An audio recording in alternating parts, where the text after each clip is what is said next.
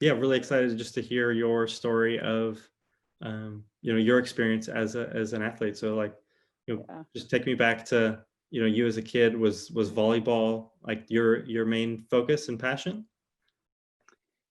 Volleyball, for me, my passion was really anything that was fast moving. I could chase a ball, I could slide into the base, I could do anything athletic. It was just, I think in some ways, I grew up on initially in the South Side of Chicago, where, kids have a lot of creativity, some good, some bad. And sports was just the thing I was naturally drawn to. I was never that child that, wanted to play dollhouse or wanted to, of course, we didn't have video games back then, but I'm pretty sure I would have been a great gamer. But I was that athlete. I was the little girl who, was labeled the tomboy.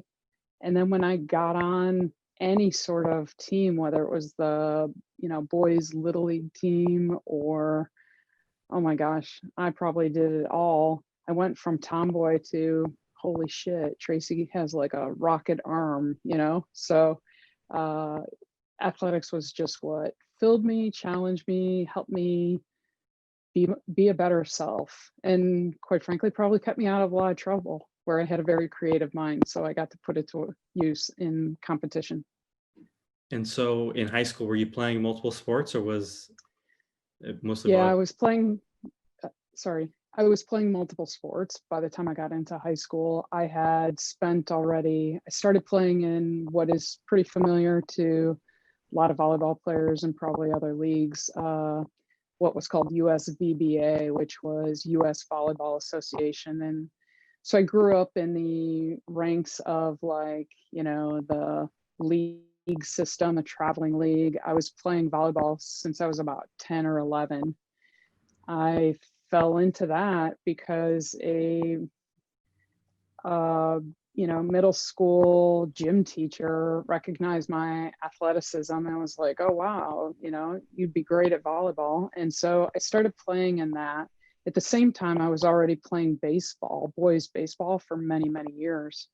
And by the time I got to be 12 and 14, then I could play on girls' fast pitch softball. And so I was playing both volleyball year round in this club team and club sports as well as in high school. And I was playing softball year round. So it was basically go from one sport to the next. My mother wanted me to be on the swim team. That just wasn't my jam. I wanted to, like, chase things and, spike and all those things that require jumping and fast arms. And so I kind of did everything through high school. Tried playing basketball for a year or two because all my friends played basketball. But again, I wasn't used to a sport where people are like knocking you with elbows and boxing you out. So I dropped those two by the time I was in a sophomore and just focused on volleyball and softball. And that led me to a college scholarship. And so I had opportunities both in fast pitch softball and in volleyball. And, like most athletes, you got to focus at some point. So I chose volleyball because that's where my real love was. And how was your experience at Western Illinois? Western Illinois was great. I randomly went there because it was the opportunity where I knew as a freshman my talents could get me on the court right away versus some of the other opportunities where I had scholarship offers.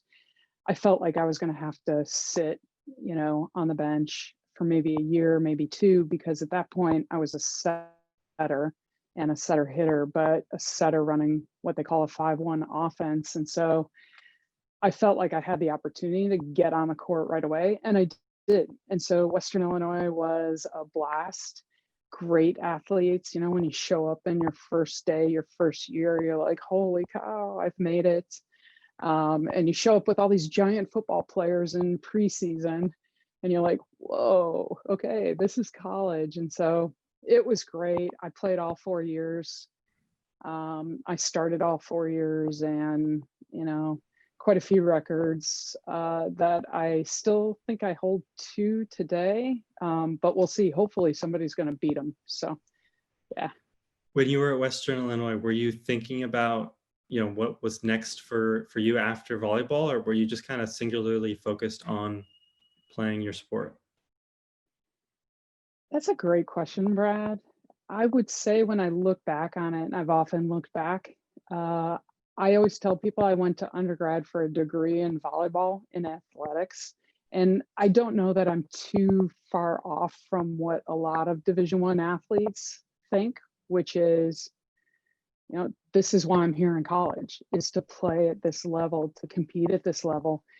And so, it wasn't until I got out of college and a couple of years later when I was trying to play on the beach pro circuit that I realized, holy cow, I should probably major in something, that I want to do for a career. But to your question, athletics is what my undergrad degree was in. Some call it business, but it was really athletics. And so you get to play professionally a little bit in the beach league, and Yeah, uh, was that fulfilling? Was that like, everything like coming together? Was that like the apex?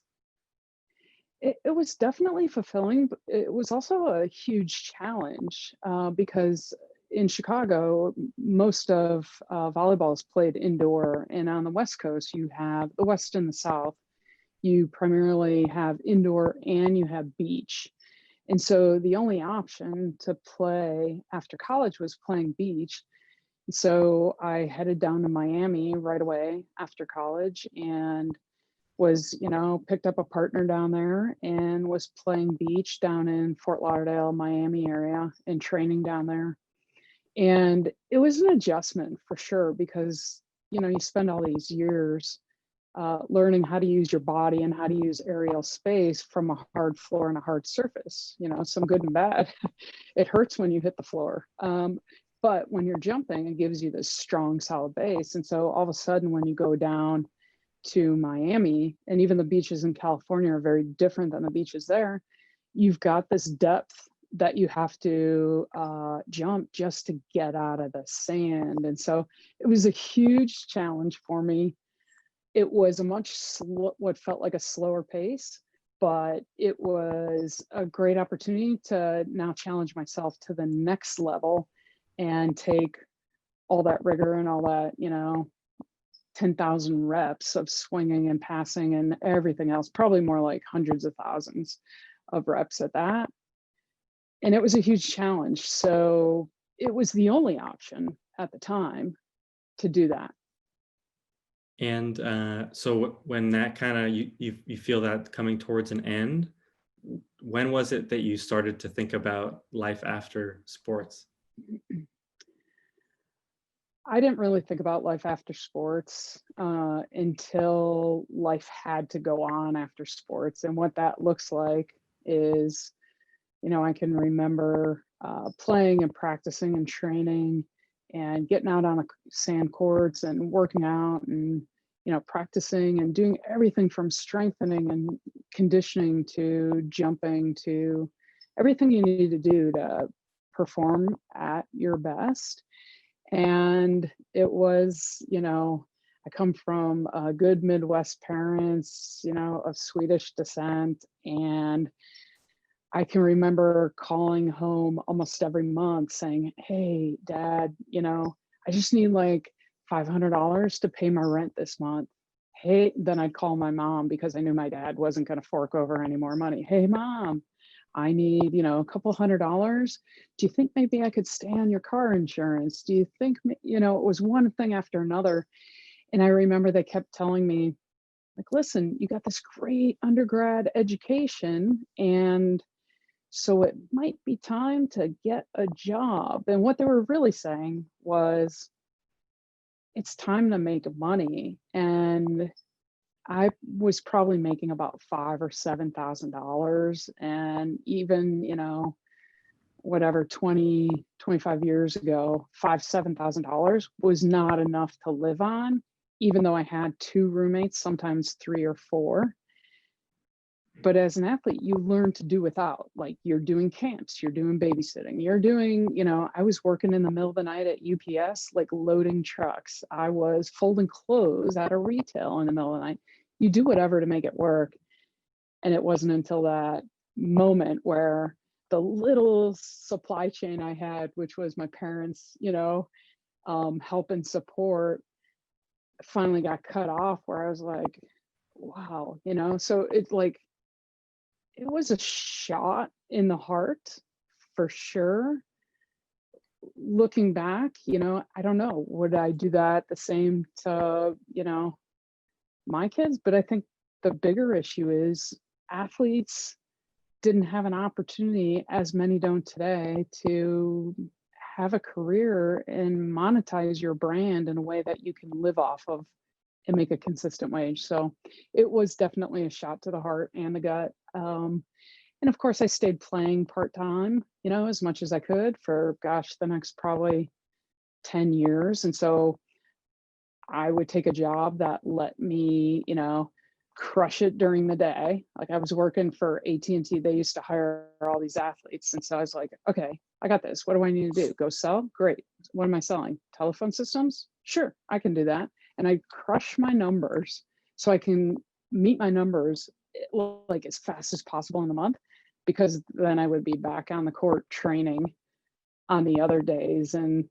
I even was caught by my boss at AT&T for like, what are you doing? And I'm like, I've hit my numbers. I'm training, And so it was a process to wean myself off. But yeah, it was definitely a shot to the gut. And to your point, I had to then think about my education. So I actually did go back and get my MBA shortly thereafter, because now I felt like, oh, well, I got to focus on my education. So yeah, it was definitely tough. Is that when you finally got like serious that volleyball wasn't part of your life anymore, or like wasn't the main focus of your life? It definitely couldn't take the main focus, because I had to have a focus that would pay my bills. It was either that, or I had to like go back to Chicago and move home. And I wasn't going to do that. And I'm pretty sure my parents didn't want me to come back home. So it was really about being able to afford my training, my playing, my coach, and you scrape by with as little as possible. I can remember living off of like a box of Velveeta cheese and, some sugar from Dairy Queen for like what felt like days, just so you spend as little as possible and you can afford your sport. That's definitely when I had to start thinking about, how do I take my passion for athletics and how do I apply that in a business sense? Like, what does that mean? What does that look like? And so it's definitely when I started moving forward.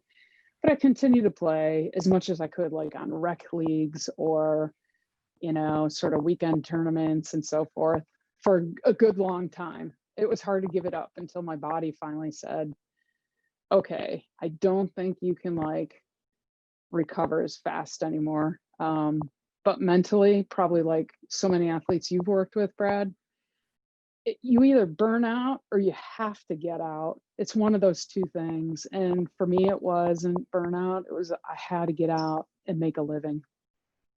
And so when you're in these other jobs, what are you noticing that is very easy to you because of your past as an athlete? I'm competitive in everything. I've learned to channel that competition, but I think the resilience, the rigor, the dedication, the work ethic, and also the mindset that, just like anything in athletics, you don't start out as a great player. You don't start out as a national champion, and you don't start out anywhere except step one, day one, basics, building blocks, learn to do this. And I think that's really translated a lot in my career. What's been important is I've always been passion driven, and I think a lot of athletes are. And so we need to be challenged. So that challenge has helped me grow as a person, as a leader, as a business thought leader. the rigor, the ability to see the bigger, game, play my role in that bigger team, but also get right down to how do you put one step in front of the other. I think that one step in front of the other is always in an athlete's mind, but the mindset that there's never a finish line. There's just how fast can you get there, or what tools or tactics or strategies or playbooks or plays you should make to get there. And so everything I learned as an athlete has brought me to where I am in my career. So you have like a bunch of awesome titles and on your resume in terms of not only the companies but the roles that you had, C-level roles. Like was that competitiveness, like was that what took you to reach the top? Were you driving to get to the top of each ladder? I think in the beginning, I had some misconceptions about what it takes to get to the ladder, because as an athlete, if you work harder, if you improve your own skills, if you have, the physical talent, the emotional IQ, and the attitude, you can get to a lot of places. You can get to that top. And so I think in the beginning of my career, I was really leaning on all the things that I was passionate about and that I knew how to do. And so, but I think that also taught me a lot of lessons in my career. So kind of going back to high school and college, I was a team captain. I have, gotten to where I've gotten by relationships. And volleyball is a team sport. It's not an individual sport. I've never played an individual sport. Between volleyball and softball, not one of them is individual. And so what I didn't, sort of realize the difference in a business scenario, you rely a lot on your skills and your capabilities and your potential. But I didn't realize, in the business side, it's really about the people skills, because not everybody wants to practice like you practice. Not everybody wants to, compete like you compete. And so as I grew in my career, boy, I had so many like lessons and learnings along the way that I thought athletics could translate totally. And in fact, some of it does, but then you got to kind of sit back and be like, well, it's not about me being better. It's about making this team better. What would make this team better? How are they connected into it? And so there's been a lot of learnings. Some of those awesome titles did not come from like day one. Okay. Just like being an athlete, I took 1,000 at bats in a job just below that to get to the next level. But I was always that leader who, like I said in the beginning, I was always a competitor. I was always an innovator. I have a big kind of blue sky, like I can see how to get there. And then probably one of my best strengths has been, okay, now let's bring it back down to reality and let's work on what needs to happen when. And that's been a learning over my career. And so it wasn't until I really figured out how to build culture inside a work environment versus a team sport, how to build a vision, communicate that vision. With a team, you communicate the vision once, everybody's on board because they're like, oh yeah, we want to take first, we want to be, but when you get into a business environment, just human nature is people have different priorities. They have different reasons for wanting to do something. And so it wasn't until I got lessons and learnings about how to do that more effectively that I was able to continue to stretch my career and keep growing and take on new challenges. But my consistency has been always with things I love, things I'm passionate about, and things I feel like have always just been a little bit bigger than me. But I believe I can make a difference by helping get us there, whether it's make a difference for this consumer problem or somebody to look way better in these cool headphones, or somebody to, it's always been about the passion and the purpose for me, very purpose driven. So if you think about today's current student athlete or someone that is just finishing up their professional career and is trying to figure out a way to get into, the business world, what roles do you think are really just set up well for a former athlete that is, hardworking and competitive, all those factors that Hmm. you had? What would be some of the roles you would steer people towards? I candidly think athletes can do and accomplish just about anything they set their mind to, because that's what makes a good athlete. If you've gotten to that place in your career as an athlete, you have what it takes. You might need to learn some new skills. You might need to get some new tools. You might need to go back and, if your undergraduate degree was also in some kind of sport, you might need to get it, get some other skills and tools. And I think, what I see is a lot of athletes tend to try and, like me, put that passion into something that can continue those feelings. And so I see athletes become coaches. I see them become teachers. I see them become, you know, driving kids programs. But I think today, because we're living in this digital generation, this digital era, an athlete can be anything they want to be. My hope, after having then continued to work with athletes from my whole career, is to give them opportunities to make choices and get the tools and the systems and the skills that they need to complement to figure it out.